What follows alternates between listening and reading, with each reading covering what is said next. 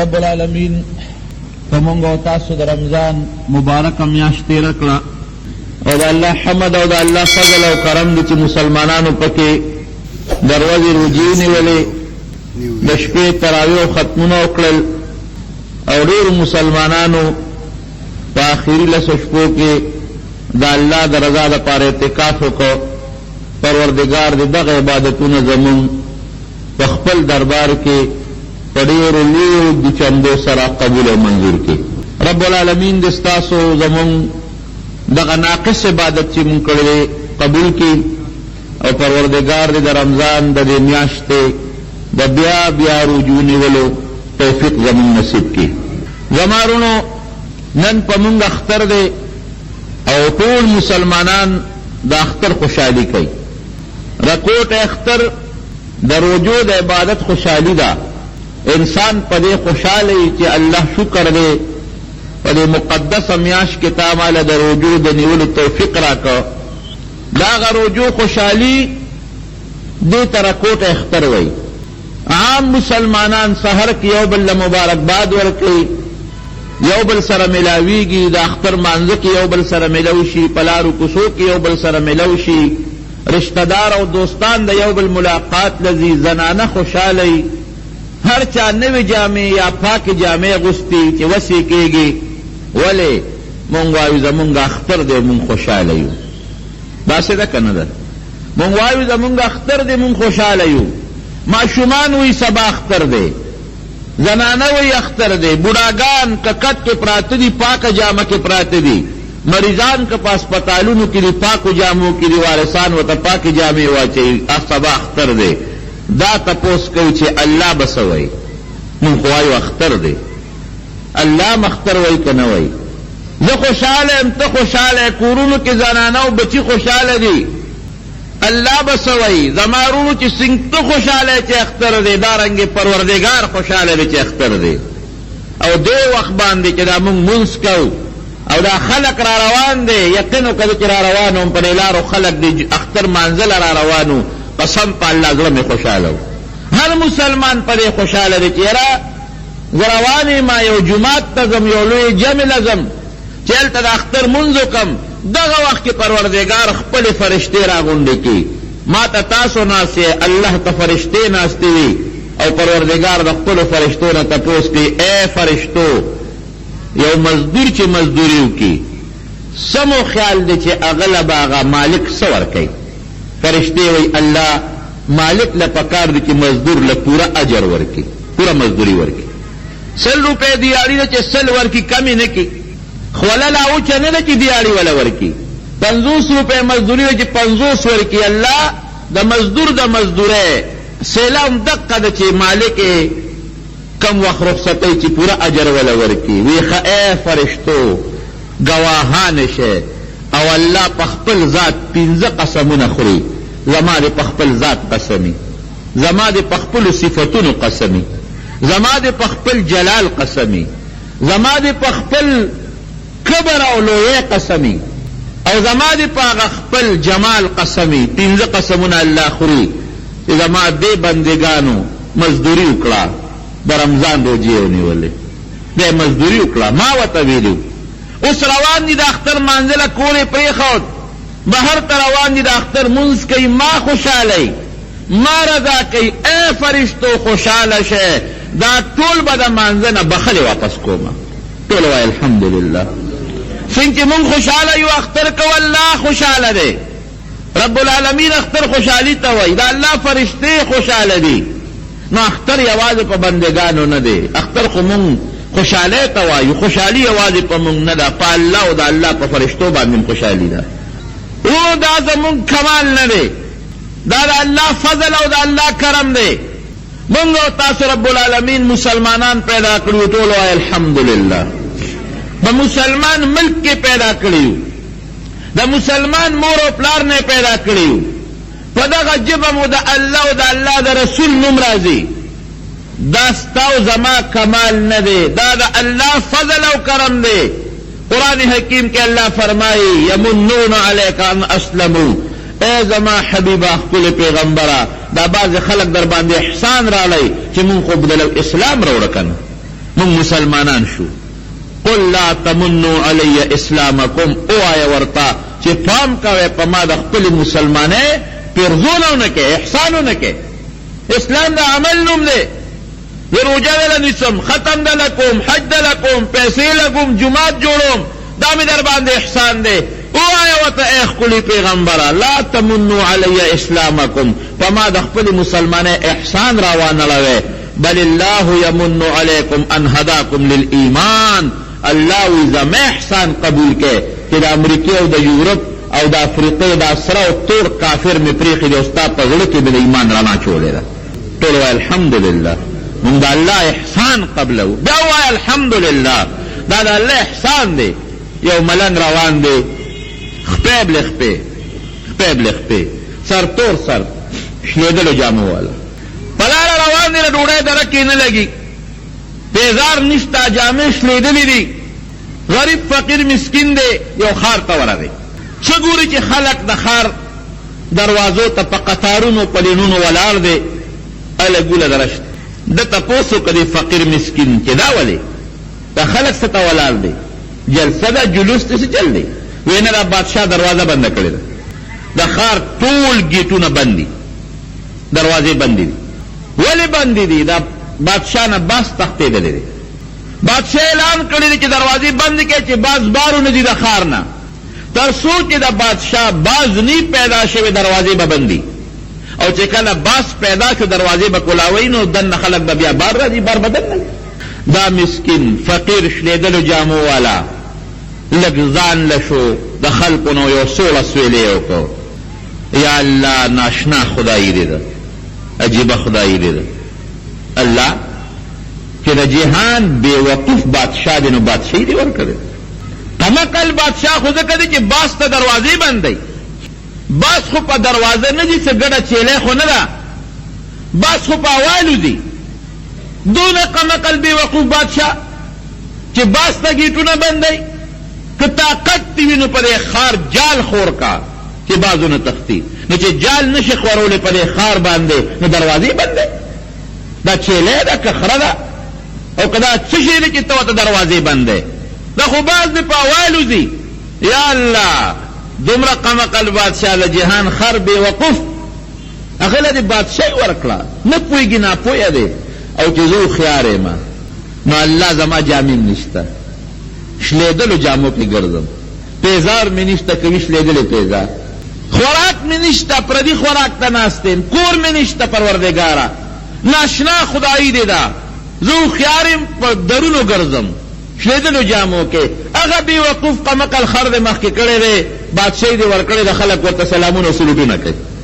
اخواش کینا سے و میدان کیو دشو لے اللہ پا خوب کیو دیت پروردگار رب العالمین ورطوئی لکہ ولی پریشان ہے وی اللہ ستا دے خدایہ تا پریشان ہے سجل دے دا ما پا خدایہ کے وی اخیارو لدے سور کردی دے قمقلو لدے سور کردی وہ اقائی گورے کتا تو سوچو کہ کنا بعضی دا جہان مالدار خلقی دا خبری پا چل نہ پوئی گی بعضی اخیارانی دا روزے دا رکی نہ لگی کم عاقل عاقل آیت مذاہبوہو وجاہل جاہل تلقاہ مرزوقا قمقل بئی دا دنیا مال و دولت بئی اخیار بئی دا رک بے نہ لگی دنیاوی پاقل نہ دا نو پروردگار ناشنا خدایی دیتا اگر جہان بھی وقف لجے باس دے دروازہ بند رکھڑے دا اگر ابھی بادشاہی ورکڑی دا خلق سلوٹونا ورتکی او سوکو تا صرف سین کئی او چیزو خیاری منو زما دا جامو درک نہ لگی سجدی رتا لگوم تندی میں توسلول دا ڈوڑے درک میں نہ لگی روجی دا لنسم دا پیشمنی و دا ماخامی درک میں نہ لگی ناشنا خدایی دے رب العالمین لگ چکم علم دے کنا اللہ سر چکم علم دے دا طول مخلوق علم حضرت خضر موسیٰ علیہ السلام توی دریاب کے روانو کنا دریاب کے روانو یو چنچن دا کشتے نخلق کت اکلاو پا مخوکا کے یو ساس کے اوبر اوچتے کڑے حضرت خضر موسیٰ علیہ السلام توی ویسا دے خیال دے کہ دارا کوٹ ساس کے ادھے طول دریاب پا مقابلہ کسے حیثیت لری ایسے دریاب تا گورا ساس کی تا گورا ویزا موستا علم او دا دی طول مخلوق دا علم یوزے کا دا اللہ دا علم پا مقابلہ کی دمرا نری لکل دریاب پا مقابلہ کی دارا کوٹ ساس کی دا اللہ دا علم دے اللہ پا خپل کار خط کوئی گی منصب کوئی گی رب العالمین دغا فقیر تاوئی عبادت گزار تا وی خواہ لکا زمالا فیصلے ٹک نہ بادشاہی تالا پکار دا تو خیار ہے دیر اخر دا فیصلہ کم اس فیصلہ کم اللہ خوچی کن وس پا یکن دا دا بادشاہی براوالم تالا بیدر کم اس 2 سیکنڈ کے فیصلہ کم کولی شے اللہ ز کولی شم اللہ وی اس بستا دا دا بادشاہی تالا در کم دا دنیا برتا سلوٹو نہ کئی ہر سب دی برابری دنیا کے بدے عیش و عشرتی بادشاہ بشیر دے علاقے استادا نعمت وزا غلا ورکو استادا با غلا ورکم دا آغا بطالا درکم وی اللہ زما والا سری دا شلیدری جامع دا شلیدری سپلے دا چی درک در اوڑے دا والا ورکے دا نعمت تے وی نا نا نا نا ستا پلکی چی که نیمان دے گورے او تچی ما تا دا شپی جال سل گئے وے او ما تا زاری کے دا نعمت او چی ما تا سجدی کے دا نعمت او چی ما سر دی مین دا دا راز و نیاز را سر کے دا نعمت دا غاغا مال او دولت بادشاہی تال در قوم ستاغا دا نیمش پی ما سر جڑا او ما سر مین باغل ور قوما سنگا دی خوا خدا وینا اللہ دا بادشاہی مین پکار دا خپل نعمت پی ٹکتی نو مونگا چی اللہ کم ایمان را کڑے دے او دا رمضان دا روجیم ورطونی ولے او بیا سار ورطروتو زمارون دا دینا لوی نعمت بلشتا الحمدللہ نو دا اللہ رویستو او چې کم سړی راشي او الله ته مانځه ته ودرېږي په دې خوشحاله شه ماسپښین لمونځ دې وکړ دې جومات ته تا الله راوستی ستا په زړه کې د جومات مینه واچوله ستا په زړه کې د خپل ذات مینه واچوله ستا په زړه کې د جهنم یره واچوله نو ته جومات ته رالې نو چې مازدیګر بیا رالې مانځله نو ته پوه شه چې د ماسپښین هغه مونځ دې له قبول کړی دی که هغه تلل دې نه وي قبول نو مازدیګر به نه وي راغوښتی نو چې ماښام بیا رالی نو پوه شي چې هغه مخکنی جړی هم دله قبوله کړې ده هغه عمل هم دله قبول کړی دی زمارونو که زمونږ ژوند دی که زمونږ مرګ دی که زمونږ حیا ده که زمونږ عزت دی که زمونږ مال دی که زمونږ اولاد دی که زمونږ بچی دی که زمونږ ډوډۍ ده دا ټول د الله د طرف نه دي نو دا د الله فضل او کرم چې د دې رمضان مبارکه میاشت کې په مونږ او تاسو روجي ونیولې او بیا خپل ذات ته ودرولو او سنگ چې د دواړو جهانو مبارک سردار فرمایي پروردگار دې مونږ هغه قوم کې چې کم قوم متعلق الله فرشتو ته وایي چې دا زه بخلي واپس کړم زما وروڼو دویمه خبره درته کوم زمونږ په دې وطن کې یو برایي ده یو بیماري ده د هغې بیمارۍ نه به لږ ځان ساتل پکار مونږ کوو روجې مونږ نیسو په چا چې زکات فرض یې ډېر مسلمانان یې ورکوي په چا چې حج فرض یې ډېر مسلمانان ځي یو لویه بیماری زمونږ په وطن کې دا ده چې یو مسلمان د بل مسلمان غیبت کوي دروغ وایو شیطانت کوو چې وس هم رسي پردی حیا و عزت عملو او چې وس هم رسي نو د بل سپک هم وایو د دواړو جهانو مبارک سردار حجة الوداع کې د مینا په میدان کې چې د اختر ورځ ده د لوی اختر او د عرفات په میدان کې چې د عرفې ورځم ده او د جمعې ورځم ده دواړو ځایونو کې یو تقریر کړی دی ودرېد په خپله اوښه مبارک باندې سور شو او صحابه کرامو ته اعلان وکړه چې ټول ورته راجمع شو نبی کریم صلی الله علیه وسلم یو اعلان ورته دا وکړ چې ای مسلمانان د جاهلیت په دور کې که چا یو بل وجلي باس اوس چې کله مسلمان شو هغه فتنه او دشمنه ختم بدل بنا لباس اسلام نه مخکې چې چا یو بل سره قتلونه کړي او زما د خاندان یو الک ربیعه ابن حارث دا هذیلیانو وجلی دی بدل می په پوره دی خو چونکې دا د جاهلیت په دور کې شوي دي نو هغه ورته ما وبخه اسلام نه پس که چا یو بل مړه کړل نو قصاص به الو خو جاهلیت کې چې څه شوي دي ما هغه یو بل ته وبخې دویم اعلان سود ختم د نن نه اعلان دی چې سود ختم او که د چا یو بل سره سودی کاروباري خپلې پیسې دې ته اخلي سود دې نه علي تاسو ته پته لګي چې د زلزلې د راتلو لوی سبب په دغه وطن کې څه شی دی خلک نه دی خبر څوک وایي دا شی دی څوک وایي دا شی دی څوک وایي دا شی دی څوک وایي دا شی دی سودی کاروبار د سود کاروبار او د سود لعنت دا د زلزلې د راتلو سبب سود متعلق اعلان دی چې باس او بیا وایي چې د ماتر عباس دا هغه چې چا سره پیسې دي او په سود یې ورکړي دي اصل زر دې ته والي او سود ختم ګوره لاول یې په خپل عمل وکړو بیا عامو ته اعلان وکړو دریم نمبر د ښځو به خیال ساتئ زنانه دا تاسو سره په دې لاس کې قیدیانې دي ستا خدمت کوي ستا د میلمه خدمت کوي ستا د بچو خدمت کوي د هغې به ډېر خیال ساتئ د نوکر او چاکر او چې تا سره کوم مزدور دی او امسایه دی زمیندار دی د هغه به خیال ساتئ د غریب طبقه نبي علیه السلام خفه کېږي او بیا تپوس کوي ای صحابه تپوس ته نه کوم دا د څه میاشت ده صحابه ته معلومه وه خو هغوی به د ادب نه غږ نه کو چې که مونږ هسې نه د نبي علیه السلام دا ښکاره تپوس دی نو که څه بل نوم به لږدي وی صاحب الله او رسول ته پته ده ولې د ذوالحجې د لوی اختر میاشت نه ده وی دا کم میدان دی کم خار دی وی الله او رسول ته پته ده ولې د مکې مکرمې هغه مبارک خار نه دی دا د سر ورځ ده الله او رسول ته پته ده ولې د لوی اختر هغه مبارک ورځ نه ده د دواړو جهانو مبارک سردار فرمایي الا ان دماءکم واموالکم واعراضکم حرام علیکم کحرمت یومکم هذا فی شهرکم هذا فی بلدکم هذا زه به ورته هغه د پښتو لنډ مفهوم بیان کوم لفظي ترجمه درته نه کوم چې د لوی اختر ورځې یا مثلا د جمعې ورځ وي او د عرفې ورځ وي دا څومره د برکت ورځ ده پخوا به د عرفې په ورځ خلکو په څاروو کار نه کو دا لوی اختر مخکې به یې ګیا راوړه چې د اختر په ورځ به مونږ بس کار نه کو په څاروو به یې مزدوري نه کوله نو چې ورځ د لوی اختري یا ورځ د جمعې وي او د عرفې وي د لوی اختر د ذوالحجې میاشتې او د بیت الله په خوا کې یو سړی سنګینه ګناه وکړي بدعملي وکړي د ده نه غټ ګناهګار به بلي د مالونه ولې چې ورځ مبارکه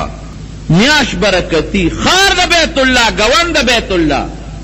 نبی علیہ السلام اعلان کوي کوم مسلمان چې د مسلمان وینه توی کړه کوم مسلمان چې د مسلمان عزت واغشته کوم مسلمان چې د مسلمان مال په ناجایزه واغشته داسې ګناه ده لکه چې د اختر ورځې یا د عرفې ورځې د جمعې ورځې د لوی اختر ورځې او د بیت الله په خوا کې سنګینه د زنا ګناه کوي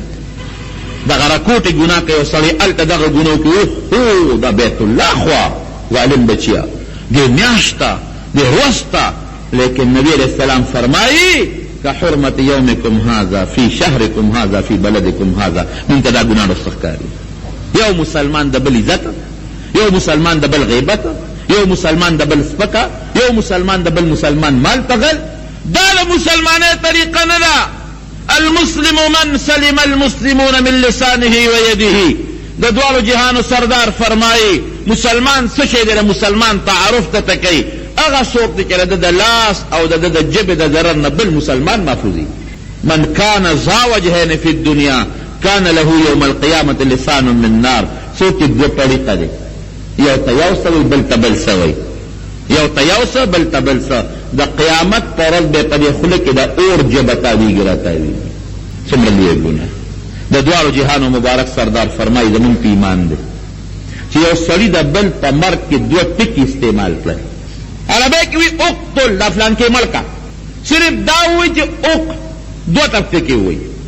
یا وہ تو دا فلان کے ملکا دا سے نہ وی مل لفظ خوا پی پیشی یا اشارہ والا ورکی اگر پلار روان دے چې دا کم سړی د چا په مرګ کې دو ټکی استعمال کړی دي د قیامت په لوی میدان کې د ټولو پیغمبرانو په مخ کې د فرشتو مخ کې د په تندي به لیکلي آیس من رحمت الله دا سړی د الله د رحمت نه مایوس دی چې دو ټکی استعمال کړي په تندي به بورډ لګېدلی نو چې هغه ټوپکې ورپسې وړي چې هغه مرسته ورسره کړي د هغه د څه حشري خدای نه ویریږي مسلمانانو یو بل سره جوړ وکړئ جوړ کروانی جوړ وکړئ چا زیاتې کړې وې بخې یو بل مرګ پسې مه ګرځئ د یو بل حیا غشتو پسې مه ګرځئ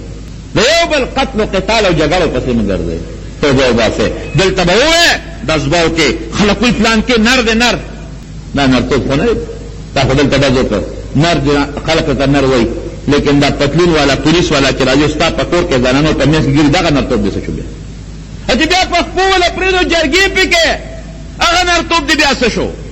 دا نرتوب نه دی مسلمان باندې دی لاس واچو دا نرتوب دی دا نرتوب نه دی هغه زیاتې وکړو ته ویت ما وبخلې دا نرتوب دی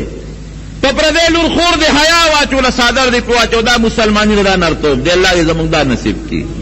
ښه اخلاق د دواړو جهانو د مبارک سردار طریقه وه معلوم جبه محفوظ کې جبه کنټرول د غیبت نه عبدالله بن مبارک لوی شخصیت یو سړی ولا راغی یو سد ګناه مې کړې ده جاړي ډېره لویه ګناه مې کړې ده ډېره لویه ګناه مې کړې توبه باسم چل راته وښایه وایي څه ګناه دې کړې ده وایي بدعملي مې کړې ده اوهو انا لله ما وی که د مسلمان غیبت ته کړی دی داسې ګناه ده او نبی علیه السلام فرمایي چې چا د چا غیبت وکړ خپل قبول شوی ثواب یې هغه ته وبخه نو پردې غیبت کوم چې څه مې ګټلي دي نیکي تا ته مې وبخل امام ابو حنیفه رحمت الله علیه د چا فلان کې سړی غیبت کوي ښکاره د کجورو ډکه کړه ولې په خیرات کې ولېږله وایي د بد وي ورته ولې کجورې لېږي وایي هغه ما ته ټول ثواب را وبخه نو که هغې مقابله کې یو ښکاره کجورې ورکړم څه به وشي وایي ته غیبت نه کوې وی چې غیبت کوم د مور ولې نه کوم وی د مور څوک غیبت کوي نو وی نبی علیه السلام وی چې چا غیبت کوي وکړه نو خپل ثواب دی ورته وبخه د مور خو چې ثواب بل چا لري چې مور له خو ملاو شي که ټوله ورځ په جومات کې په بازار کې په دکان کې د پټي په پوله په غیبت هم دا خولې ستړی نه شي یو د یو او کولې څه شي زه چا غیبت وکړم چا مې څه وکړل تا د بل مسلمان غیبت وکړه څه دې ولا وکړل دروغ دې وي څه دې وکړل شیطانت دې وکړه چې د هغه څومره قتلونه چې کېږي د دواړو جهانو سردار فرمایي په دنیا کې اربونه او کرونونه چې کېږي د دې ټولو دا چې یو ځای کې تر قیامته پورې دا ټول به د قابل په تله کې ولچوي ولې ځکه په دنیا کې د قتل ایجاد قابل کړی دی ژبه به کنټرول کوه ښه نو درېیمه خبره دا ده چې روجې مو نیولې اوس ورپسې په دې میاشت کې 6 نورې روجې دي خو به انشاءالله تاسو ته ټولو ته یادېږي زموږ مولي صاحب د الله وبخي او خدای په قبر انوار نازل کړي دا 2 سیزونه د هغه برکت ته په اعتبار کې 3 سیزونه یو 6 روجې د شوال یو اعتکاف چې هغه به خلکو کوي او دریم صلات تسبیح دا د هغه برکت دی نو دا 6 روجې نبی علیه السلام فرمایي چا چې د رمضان روجې ونیولې ورپسې په دې رکوټ اختر میاشت کې 6 روجې نورې ونیولې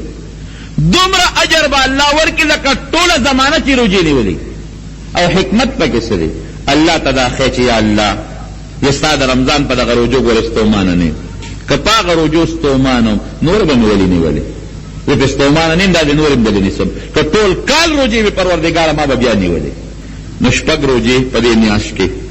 دا ونیسئ زما روم صدقه فطر که رواج د غنم وي غنم ډېري د هغې قیمت لګوئ که رواج د وړو دی د وړو قیمت لګوئ نن سبا عام استعمال د وړو دی غنم کم دی نو بس پنځم پاوه چې ما کوم حساب کړی دی پاو کم 2 کیلو تقریبا د هغې نه جوړېږي لږ کم خو تقریبا پاو کم 2 کیلو نو پاو کم 2 کیلو اوړه د هغې قیمت ولګوئ دغه سرسانه ورکوی به د اختر د مانځه نه مخکې ګورئ که وروسته چا ورکړه غاړه د اخلاص وي خو هغه جرې نه کېږي حضرت عثمان رضی الله عنه نه یېره شوې وه نبی علیه السلام د راغې د الله رسوله ما نه خو سرسایه یېره وه اوس مې یو مریی ازاد کړه مریی د بلو زرګونو روپو وي یا عثمان کم ثواب چې د اختر د مانځه نه مخکې دی اوس که 100 مریانه مزاد چې هغه ثواب نشي ګټلی باقي مسایل به درته په جمعو کې خپل علماو کړي زما ورونو دغه څو ټکي مې درته وویل خصوصا دا یو ټکي چې د خپلې ژبې لږ کنټرول وسه د مسلمان عزت وکړئ سپکه مه وایې ګناه مه کوئ بد او مولانا صاحب مولانا فضل قادر صاحب زموږ مشر دی یو عجیبه خبره وکړه زه خو یې ځکه نه کوم چې 20 ځله م کړې ده هغه دا ده چې دا څښاک باندې واقعي رښتیا خبره چې تاسو عوامو خفه کېږئ مونږ په شرمونو خفه کېږو که نه څښاک راوړئ مونږ درته وایو مې راوړئ خیرات دا دې جومات کې څښاک نه لګي چې مړي شو دلته دې جومات له ورکړې دا جومات دی که دې جومات ته زمونږ څونه حاجت دی خدای پاک ناصر حاجي صاحب او د ملګرو به ډېر لوی خیر ورکړي لاندې چت جوړ دی دا پکې زیاتي شو دا بله ګیلرۍ پکې زیاتي شوې دا غاړې پکې زیاتي شوې او نن خلک پکې نه زیاتل او چت پاتې دی دا که باران مونږ به دا مونځ کوم ځای کوو نسخاتونه مهرباني کوئ چې مړ م وشي خامخا انسان مري نو که څلوېښتي کوئ که جمعه کوئ که څښاک کوئ ټول وړئ ناصر حاجي صاحب له چې په دې جومات کې ولګئ چې بابا پسې صدقه جاریه شروع شي هلته څښاک راوړئ او اخلي څوک یو ځل خو مې نیت وکړم چې دا کم یې اخلي دی دروم قسم په خدای داسې خلک یې اخلي داسې چې د جایداد مالکان دي په سر یې څادره چولي سر یې ښکته کړي او زر صابون ټکی راوالي پر جیب کې ومنډي بدنام مولا دی څونه مولیان دي په جنازه کې تا 3 پیټۍ راوړې مولیانو څونه راوړې ټول پکې 5 مولیان دي چې تاسو یو څه وایي مولیانو څښاک باندې جګړه وکړه ما په شیرپاو کې یو راوړي وو وایي مولیانو جګړه وکړه چې مې راوړي مې دا څوک دی دا مولا دی دا خو زمونږ د شیرپه پښتون دی، نو مې پښتون جګړه وکړه، بدنام بولا دی. هلته کې په یو لاس مات کړی، یو لاس چې مې راونیو چې پته ولګېده د شپېتو چې د مجاهدات مالک و او بدنام بولا دی. خدای ته وګوره دې څیز نه دا خیراتونه په مړو پسې کوئ، صدقې که دې مړو پسې کوئ. په موږ لکه تجربه وکړئ چې دا اسخات نه راوړئ چې موږ د جنازې درځو که نه درځو. څوک یې مولا اسخات نه راځي، زه خو الحمدلله نه راوړم کور ته. دا نه چې ناروا دی، په دې وجه چې تاسو خبرې کوئ سپکې وایي. هلته ویلم ګناه نه ده، ویلم بل مسلمان غریب دی ویل نه یې راوړم کور ته. ولې زما جامې بغیر صابون نه پاتې شوې. شکر دی الحمدلله هغه دار او جوار وروره تعالی خدای درکړي، موږ هم خدای راکړي، ښه په عزت یې راکړي. نو دا یو مهرباني وکړئ، خیرات صدقه جاریه په خپل جومات ولګوئ، په لارو باندې ولګوئ، کور ګاونډ کې کوم مسکین فقیر دی هغه ورکړئ، او که مقبرې ته راوړئ لږ د عزت په شکل کې غریبانو فقیرانو له ورکوي. دا قصې پسې خبل د اختر په ورځ دا بعضې رواجونه دي، زنانه ټول مقبرې ته روانې، هلکان هم مقبرې ته روانې، دا رسم ختم. مقبره کې اختر پرست څه کوئ؟ هلته هلکان هم تلي او جینکې هم تلي او خسته جامې دواړه اچولي، دا خو ګناه ده. د اختر په ورځ مقبرو ته مه ځئ. خپلو مړو له هر وخت دی چې د اختر پر ورځ به نه دی بابا له مبارکۍ لازم. بابا چې کټ کې پروت و جامې یې ورته نه بدلولې، څښا بینتې ته بابا له یې د 50 روپو دارونه راوړل، دواګانې چې خدای پاک ایمان یې نصیب کړي نو بابا له خو دغه دواګانې پورې ایمان نصیب نه مطلب یې دا چې خلاص مې کړې. خو دا خو ویلي نه چې خدای ماته خلاص کړي، دا ویلي چې خدای زه رخصت کړي، ایمان یې خدای نصیب کړي. هلکه بابا څنګه یاره دوا ورته کوي چې خدای ایمان نصیب کړي، داسې وایه چې دوا ورته کوي چې خدای پاک زر قبر نه ورکوي. خو په دې خفه کېږي، لفظ دې بدل کړ. نارې دا وې اوس بابا لازم مبارکۍ له ولازم قبر له. الله اکبر. د بابا باندې چې ستا هغه منځونه پورې دي، روجې پې پورې دي، حج پې پورې دي، هغه غاړه وله ولې نه خلاصوي چې مبارکۍ له ولځې.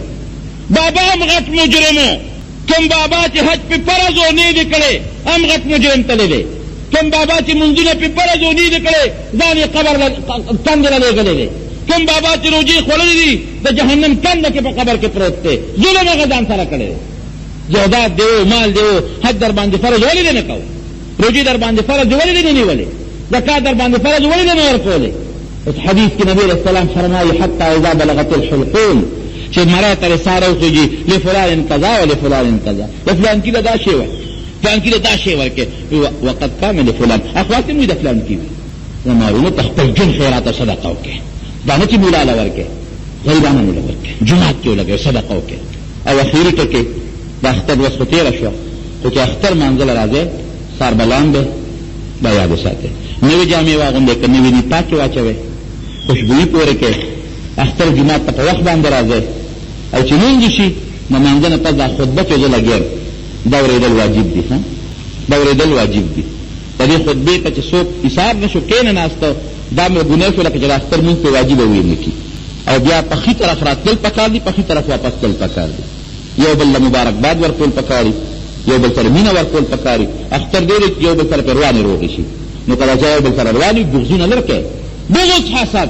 لر کړئ، دا نه وباسئ. د عرفات په میدان کې د دواړو جهانو مبارک سردار فرمایي الله به ګناهګار مبخي. فرشتې وي دا خو فلانکي ګناهګار دي، ګناهګار دی. وی د دې پاکو د خلکو دا ګناهګار هم ورسره بخم. خو چې د چا په زړه کې مسلمان سره بغض او حسد وي د عرفات په میدان کې الله نه بخي. لیلة القدر په شپه هغه مخصوص وخت کې الله د هر چا دعا قبلوي، چې هر څوک دعا کوي ګناهګار یې کوي. خو چې د چا په زړه کې مسلمان ته بغض او حسد وي د لیلة القدر په هغه مخصوص وخت کې د هغه انسان دعا هم الله نه قبلوي. وباسئ الله د بغض رشتہ دارانو سره، دوستانو سره، ګاونډیانو سره چاروانې دي، پیغلو کوي السلام علیکم راځه مې بخلې او ما هم بخه چې روغه راشي. بس یخنین پې راله زمونږ ورونه دي، الله پې عذاب راوستلی خو بیا هم زمونږ ورونه دي، مونږ به سره تعاون کوو. او بعضې پکې لکه عذاب ته نبي علیه السلام ته یو پیغمبر هغه متعلق قومو الله ته عذاب فیصله وکړه. فرشتو یا الله په دې کې خو 80,000 کسان نیکان دي، 40,000 ګناهګار دي، دا 40,000 به مړه کړي، دا 80 سره مخکې مړه کړي، په ټولو عذاب راوست. نو بعضې پکې نیکان بني، نو دا کیمپونه لګېدلي د زړه د اخلاص نه پکې صدقه او خیرات پکې بیا کوي. الحمدلله رب العالمین والصلاة والسلام على سید الانبیاء والمرسلین وعلى آله واصحابه اجمعین. اے پروردگار زمونږ د رمضان دا روزې په خپل دربار کې قبول کړي. الله که چا مسلمانانو تراویح کړي دي، ختمونه کړي دي، الله په خپل دربار کې قبول او منظور کړي. الله که چا اعتکافونه کړي دي په خپل دربار کې قبول منظور کړي. څومره عبادتونه زمونږ بس عبادت دي، خو که معمولي غوندې عبادت هم چا کړي الله یاد کړي، د رسول پاک درود شریف یې ویلي. پروردګاره دا ټول زمونږ په ډېرو دي چې هم دی په خپل دربار کې قبول او منظور کړي. الہ العالمین ته موږ بار بار د رمضان روژې راوستلی کړي، الله بار بار را باندې راوستلی کړي. یا الله موږ ډېر ګناهګار یو، زموږ ګناهونه موږ ته معاف کړي.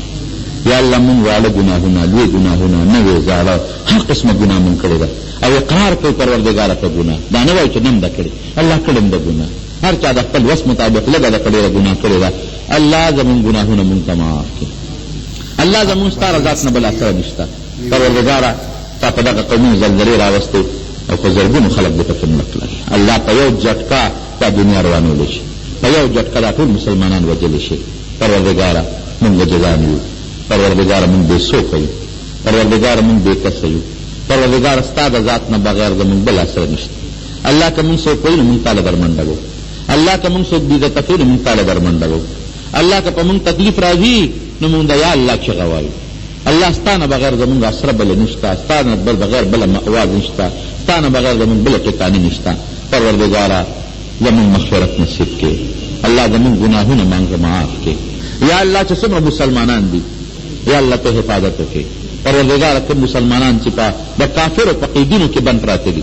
الله هغوی به ګورې نن دغه خلک چې د کافرو د هغې خلکو چې کوم الله سره شرک کوي، کافر دي، د هغوی په جیلونو کې چې کوم مسلمانان پراته دي، نن به ستاسو دعا ته غریبانان په تمه ناست دي چې اختر کې به موږ د مسلمانان دعاګانې کوي. پروردګاره هغه مسلمانان خو د کافرو د بند نه خلاص کړي. یا الله هغه قیدیان چې د هغوی د لاس نه هغه کافر قرآن شریفونه اخلي په ځمکه ته غورځوي، د هغه قیدیانو مخکې قرآن شریف راغلی په ټټو کې غورځوي. یا الله د هغې قیدیانو ته مل شي، الله ته مخلص نصیب کړي. الله مسلمانان چې څومره د ذلت په ژوند کې دي، الله د ذلت د ژوند نه وباسي. پروردګاره که امریکا ده، که برطانیه ده، که نور کافر دي، الله ستا په دربار کې سوال کوو دا مسلمانان کې الله ایمان ور نصیب کړي، او که ازلي بدبختي ایمان په قسمت کې په خپل قهر تباه و برباد کړي. یا الله په دغې خلکو زلزلې راولي، الله په دغې خلکو آفتونه راولي، دې په خپل قهر تباه کړي. د ټولو مجاهدینو الله امداد او نصرت نصیب کړي. یا الله چې څومره مریضان دي ته وله شفا ورکړي. الله چې څومره قرضداران د قرضونه اخلاص کړي، که د چا یو بل سره روان وي دشمنۍ طرفګنۍ والله په هغو باندې بدل کړي. الله زمونږ د حیا خیال وساتي، د حیا حفاظت مو کړي، الله د عزت حفاظت مو کړي، الله د مال حفاظت مو کړي، الله د ایمان حفاظت مو کړي، الله د نیکو اعمالو حفاظت مو کړي، الله د وجدونو حفاظت مو کړي، الله د مقدمو د هسپتالونو نه او د سختو مرضونو نه الله په امن کې وساتي. پروردګاره د دواړو جهانو د مبارک لاس د حوض کوثر به نصیب کړي. الله د هغې د جنډې لاندې جنت ته بوتلی کړي، د ځنکدن او د قبر د عذاب نه مساتي. یا الله دا چې مجلس کې څومره خلک ناست دي،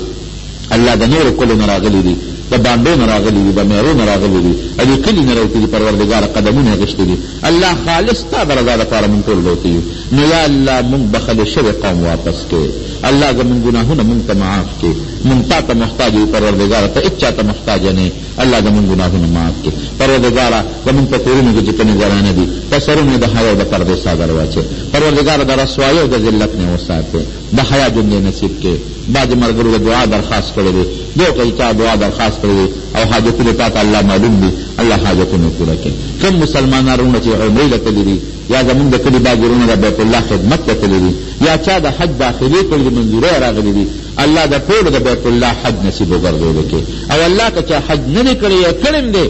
پروردګاره زمونږ په قسمت کې د بیت الله حج ډېر ځله ولیکلی کړي او مونږ ټول د بیت الله حج له بوتلی کړي. پروردګاره ته رانه راضي شي، الله د خپل غضب او د خپل قهر نه په امن کې وساتي. کوم مسلمانان چې مړه دي خصوصا په رمضان کې پروردګاره ته مغفرت نصیب کړي. مونږ ته زمونږ کشرانو ته د اسلام او د ایمان هدایت نصیب کړي. رب ذوالجلاله دا ټوله جمع د دې په زړه کې چې څه حاجتونه شریعت سره موافقه حاجتونه ورته پوره کړي. الله زمونږ دا جمع مه کندموه،